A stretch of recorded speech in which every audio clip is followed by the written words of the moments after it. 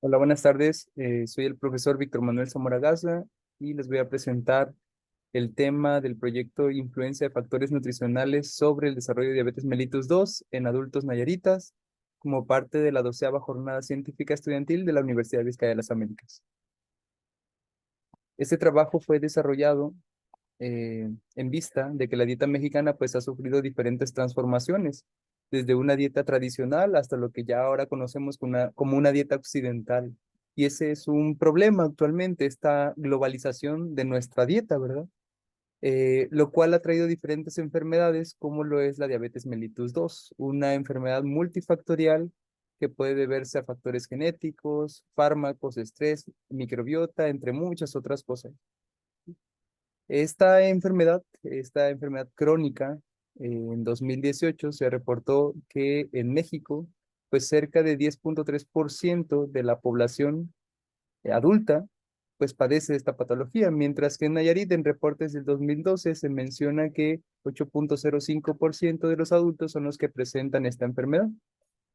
Para poder generar una manera preventiva de poder conocer el riesgo de desarrollo de esta enfermedad, se ha desarrollado lo que es la puntuación de riesgo de diabetes finlandesa.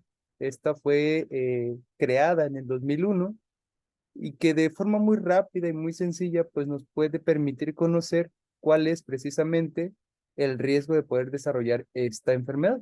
Nos genera un puntaje a través de 8 preguntas, las cuales se generan una interpretación desde riesgo bajo en puntajes de menos de 7 puntos para esta prueba o riesgo alto para puntajes de más de 20 puntos. Esto acompañado con diferentes herramientas que son estadísticas, nos permiten identificar en la población seleccionada, en este caso en la población nayarita, cuáles podrían ser los principales factores de riesgo para poder desarrollar esta enfermedad. Por todo lo anterior, pues en México se considera que es el sexto lugar a nivel mundial de padecimientos de diabetes mellitus y que bueno, esta enfermedad está muy relacionada con la dieta, ¿sí? Además, actualmente se ha observado que diferentes enfermedades crónicas no transmisibles están íntimamente relacionadas con los diferentes metabolitos intestinales que se generan en el colon.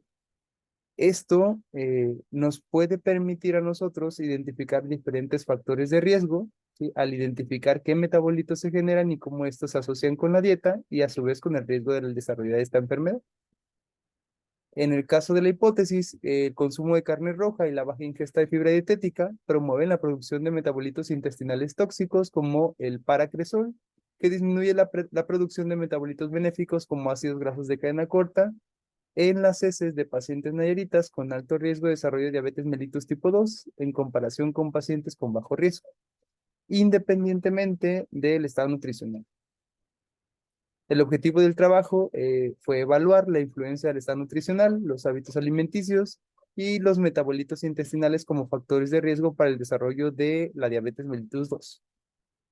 Tenemos 4 objetivos específicos. El primero fue determinar los cambios antropométricos, edad metabólica y ritmo cardíaco, siempre en comparación entre un grupo de bajo riesgo y otro grupo de alto riesgo de desarrollo de diabetes mellitus 2. También analizar las alteraciones en el contenido de macronutrientes, vitaminas, minerales, caloría, agua, azúcar y fibra dietética.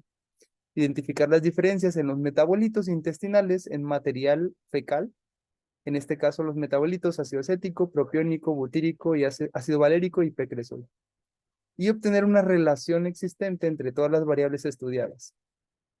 Para esto se generó un diseño de un estudio clínico observacional en el cual a través de una selección de la población nayarita, pacientes adultos, y, se excluyeron pacientes pediátricos, jóvenes y adultos mayores, y que en este caso estuvieran sanos, ¿sí? Eso fue uno de los criterios de selección, y aquellos que firmaron consentimiento informado, pues fueron parte del estudio. En este caso, a estos participantes se les dividió en pacientes con alto riesgo y bajo riesgo de diabetes mellitus 2, de acuerdo con el riesgo del FINDRIX, que es esta manera de poder estudiar el riesgo de la enfermedad. Y pues a estos dos grupos se les dividió para poder evaluar la parte antropométrica, hábitos alimenticios y el perfil de metabolitos y hacer una comparación entre ellos. En la primera etapa del proyecto, pues, se realizó una historia clínica donde, pues, de manera general se obtuvieron datos como el nombre, el sexo, antecedentes heredofamiliares, restricciones. Además, se aplicó justamente el cuestionario FINRIX para poder ser categorizado a estos individuos y los individuos que eran considerados como bajo riesgo, pues tenían puntajes menores a 11 y en el caso del riesgo alto, pues fueron aquellos que tuvieran puntajes de 12 o más. Se determinó los hábitos alimenticios a través de un recordatorio de 24 horas y un cuestionario de frecuencia de consumo de alimentos utilizando un programa de nutrición llamado NutriMind para poder evaluar lo que es la composición de la dieta, tanto macronutrientes como vitaminas y minerales. ¿Sí? Se utilizó una tanita a través de bioimpedancia eléctrica, se pudo determinar la composición del estado nutricional en diferentes parámetros antropométricos. Y también en una segunda etapa, pues ahora era recolectar material fecal de los individuos, esto a través de condiciones asépticas y bueno, tratando de siempre generar eh, una cadena de frío para evitar pérdidas, ¿verdad? O cambios en la composición del material fecal. Se congelaron a -80 °C y posteriormente se realizó una congelación, una descongelación rápida en 5 minutos a 37 °C para poder extraer los metabolitos intestinales presentes en este material fecal a través de una extracción, ¿sí? En este caso con acetato de etilo, y posteriormente se utilizó ácido 3-metilvalérico como un control, en este caso como un control para poder determinar las diferentes cantidades de los diferentes metabolitos. Todo esto se realizó a través de cromatografía de gases, acoplada a espectrometría de masas en un equipo Agilent 789040 y bueno, bajo estas condiciones que se pueden observar en la pantalla. El análisis estadístico pues se hizo para aquellas variables que son cuantitativas, se determinó la media de desviación estándar y se aplicaron pruebas estadísticas como la prueba TEO a través de la distribución normal o prueba Udeman-Whitney si no había una distribución normal, ¿verdad? Para el otro lado, para el caso de las variables cualitativas, se determinaron frecuencias absolutas y porcentajes y se realizó la prueba chi cuadrada. Además, se hicieron correlaciones de Pearson y análisis de componente principal para poder determinar las relaciones entre las diferentes variables. ¿Sí? Como resultados, brevemente, pues se pueden observar que hay una cantidad de 8 participantes considerados como alto riesgo, mientras que hay 18 participantes considerados como bajo. De manera estadística, pues no se observó diferencia o una relación de independencia entre el sexo con respecto a los puntajes de riesgo, tampoco con respecto a la edad, pero sí para el índice de masa corporal. En el índice de masa corporal se puede observar que menos de 25 kilogramos por metro cuadrado, es decir, considerarlo como un peso normal, ¿sí? Fue mayoritario el porcentaje en aquellos puntajes con bajo riesgo del FINRIX. Es decir, aquellas personas que tenían un bajo riesgo, pues tenían un índice de masa corporal menor a 25 kilogramos por metro cuadrado, ¿sí? Mientras que se observó que en el grupo de alto riesgo había más personas que tenían un índice de masa corporal mayor de 30 kilogramos por metro cuadrado. Por lo tanto, existe una relación entre el índice de masa corporal y el riesgo de desarrollo de la diabetes mellitus, ¿sí? Esto se sabe porque, bueno, aunque el índice de masa corporal no especifica la distribución de la grasa corporal, comúnmente se utiliza otro parámetro como el perímetro de cintura para poder identificar la distribución de la grasa corporal. Así, el perímetro abdominal a nivel del ombligo, pues se pudo observar que había una cantidad mayor en un perímetro abdominal normal para aquellos que tenían bajo riesgo, mientras que en el caso de los peligrosos, esa categoría de peligroso fue con mayor frecuencia observada en aquellas personas con alto riesgo, ¿sí? La obesidad abdominal, pues, es una respuesta que se genera al consumir un exceso de grasa, pero que está muy relacionada con un efecto negativo en la secreción de la insulina, ¿sí? Lo cual puede incrementar la hiperglucemia plasmática en aquellos individuos que tengan justamente esta obesidad abdominal. Por otro lado, también se observó que la actividad física es un factor importante que está relacionado precisamente con el riesgo de desarrollo de la enfermedad. En este caso, aquellas personas que no realizan actividad física fueron observadas con mayor frecuencia en el riesgo alto, mientras que aquellos que realizan actividad física al menos 30 minutos al día, fue una mayor frecuencia observada precisamente en aquellos que tienen un bajo riesgo. Y bueno, esto ha sido estudiado porque después del ejercicio se permite una mayor captación de glucosa muscular mediante los diferentes transportadores que participan en la absorción. Y bueno, esto ayuda precisamente a poder mantener el control de la glucemia, ¿sí? Además, se realizaron las evaluaciones para diferentes variables cuantitativas. Nuevamente, el índice de masa corporal es un factor importante, por lo cual se puede considerar que el incremento, justamente el índice de masa corporal, puede incrementar también la probabilidad de riesgo de esta patología, ¿sí? De 30 a 33 se incrementa 2 veces la probabilidad de riesgo de desarrollo de la diabetes, de 34 a 36, 5 veces, y de 40 en adelante, pues hasta 10 veces el desarrollo de esta enfermedad. También el porcentaje de grasa corporal fue estadísticamente significativo, con una diferencia de 8,63. Asimismo, también se observó una diferencia interesante con el índice de grasa corporal. Y bueno, pues como ya habíamos comentado, ¿verdad? El hecho de poder incrementar tanto el índice de grasa visceral como la masa grasa, pues lo que hace es generar un defecto en la secreción de la insulina, y pues esto incrementa precisamente la glucemia en sangre, ¿sí? Interesante fue el hecho de encontrar que la edad cronológica y metabólica de los individuos pues era muy distinta. En el caso, por ejemplo, de aquellos que tienen bajo riesgo, pues fueron muy similares, 37,5 y 38,5, pero para el caso de alto riesgo se observó una diferencia abismal. Para los de alto riesgo, una edad cronológica de 44 en promedio, es decir, ellos tienen 44 años, pero parecieran que son de 61 años, ¿no? Porque la edad metabólica justamente nos permite saber cuál es el estatus precisamente de nuestro metabolismo. Entonces, son de 44 años, pero metabólicamente tendrían 61 años, ¿sí?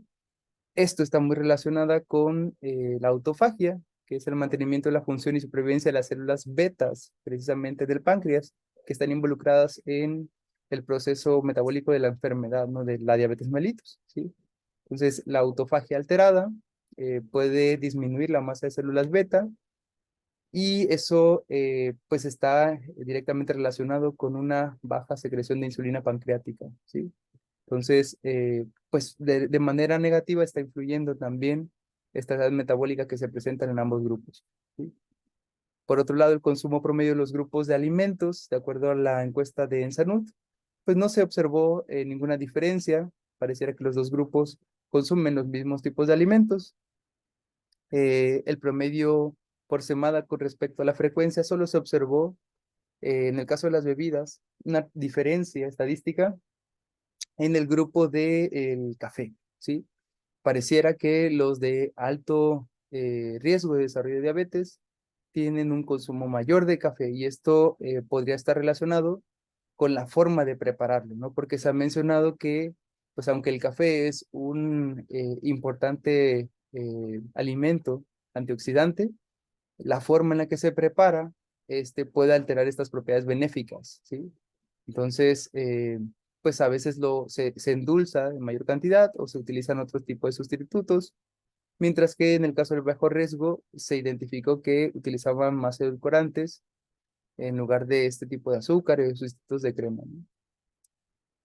Para el caso de las ingestas de macronutrientes, pues se puede observar que hay diferencias significativas con respecto a calorías totales y con respecto a las calorías presentes en cada grupo, siendo siempre mayoritario la ingesta calórica en el grupo de alto riesgo. Entonces, consumen de manera mayoritaria, pues, un patrón alto en calorías. Estos patrones alimentarios, pues, han sido asociados precisamente con prediabetes. patrones altamente de grasas, pues son principalmente asociados con estos patrones alimentarios de prediabetes, hasta 33.7% con respecto a otros patrones más equilibrados. También se pudo observar que aunque el consumo de fibra dietética pues parecería que es mucho más alto en el grupo de alto riesgo, pues esto precisamente se puede ver por la alta ingesta de alimentos, ¿no? Entonces es mayoritario.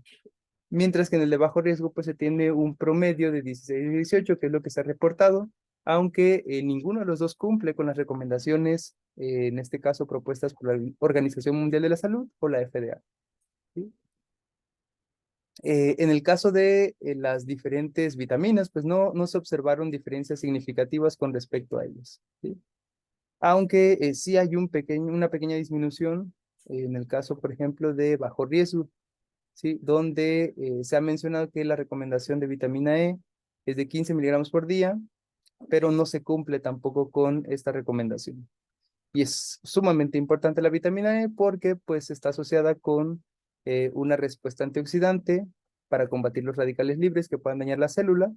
Y pues en este caso esto también está asociado con el control glucémico. La ingesta promedio de minerales, pues solamente hay un mineral que fue el que presentó diferencias significativas, que es el calcio. Y el calcio fue mayoritariamente consumido por aquellas personas de alto riesgo de diabetes mellitus. Esto puede o no ser también un factor importante. En el caso, por ejemplo, de asociaciones con un riesgo de diabetes mellitus, se ha observado que cuando hay personas que tienen calcio circulante, entonces esto se asocia precisamente con el riesgo. Sin embargo, pues no se sabe todavía bien las cantidades que se presentan aquí. Y es que cuando hay diabetes mellitus, pues la homeostasis del calcio también se ve afectada, modificando la regulación celular. ¿Sí? Para el caso de los metabolitos intestinales, que era el punto principal del trabajo, pues se observaron que no hay diferencias significativas con respecto a estos metabolitos fecales y se generan la misma producción equivalente en ácido 3-metilvalérico en los grupos. Es muy complicado poder evaluar precisamente que este material, esos metabolitos intestinales puedan estar relacionados con la enfermedad, porque pues son productos prácticamente del tránsito gastrointestinal y de diferentes modificaciones. Sin embargo, pues se ha asociado, hay diferentes artículos que han asociado que mayoritariamente el P-cresol pues está asociado al desarrollo de la diabetes mellitus y ácidos grasos de cadena corta, pues favorecen en este caso para la prevención de esta enfermedad. Así se hizo un análisis de correlación donde se observaron diferentes correlaciones con respecto a todas las diferentes variables analizadas, pero es en el análisis de componentes principales donde podemos observar las relaciones mayoritarias. Se encontró que cuando hay una, en el análisis de componentes principales, pues aproximadamente más cerca del 70% de explicación de la varianza se generan por los primeros dos componentes. Esto nos está diciendo lo siguiente, bueno, en el caso particular del primer componente, que es el que tiene 48.70% de la varianza explicada, pues nos dice que cuando está incrementando el porcentaje de agua, pues están disminuyendo todas las variables que tenemos del lado izquierdo, es decir, variables como el índice de masa corporal, el peso, la masa grasa, y todas las variables que tenemos del lado izquierdo. Mientras que el componente principal 2 está más asociado a un incremento de fibra dietética, magnesio y porcentaje de grasa corporal, mientras que se ve una disminución de las variables del índice metabólico basal, el porcentaje de agua corporal y la masa de agua. ¿Sí? Es así que pudimos identificar factores ya en el análisis de componentes principales bajo las puntuaciones factoriales y pues pudimos identificar que aquellas personas que tenían un riesgo bajo o leve, ¿sí? Se podrían inclinar más hacia puntajes del factor 1, puntajes positivos del factor 1, mientras que aquellas que tenían pues un riesgo mucho mayor, ¿sí? Tenían entonces a generar puntajes negativos. ¿Qué quiere decir esto? Que bueno, los de bajo riesgo van a tener mayor porcentaje de agua corporal y mayor vitamina A, pero menor precisamente parámetros antropométricos, menores parámetros antropométricos, mientras que el patrón, ¿sí?, reconocido para los de alto riesgo, pues es al revés, ¿no? Van a tener mucho mayor valor para los parámetros antropométricos, pero van a tener menos porcentaje de agua y menos vitamina E. Entonces, de esta manera es que podemos ver que el alto riesgo pues genera un mayor índice de masa corporal, una mayor edad metabólica, peso, índice de grasa visceral, índice metabólico basal y todas las demás variables se incrementan. Entonces pareciera que son justamente los parámetros antropométricos los que van a marcar la pauta para poder desarrollar la diabetes mellitus. Con los datos recabados se concluye que los grupos de riesgo mostraron diferencias significativas en los parámetros antropométricos y alimenticios, más no en los metabólicos. Mediante la ACP se encontró que cuando las variables de IMC, edad metabólica, peso, índice de grasa visceral, índice metabólico basal, masa de agua corporal total, fibra, magnesio, grasa corporal, vitamina E y calorías totales aumentan, pues hay una mayor posibilidad de tener un alto riesgo de desarrollo de diabetes mellitus. Y bueno, esto puede servir porque la evaluación de estos parámetros junto con los hábitos alimenticios significativos, ayudarían precisamente al tratamiento preventivo de diabetes mellitus 2. ¿Sí? De mi parte es todo, pues les agradezco mucho y pues nos vemos.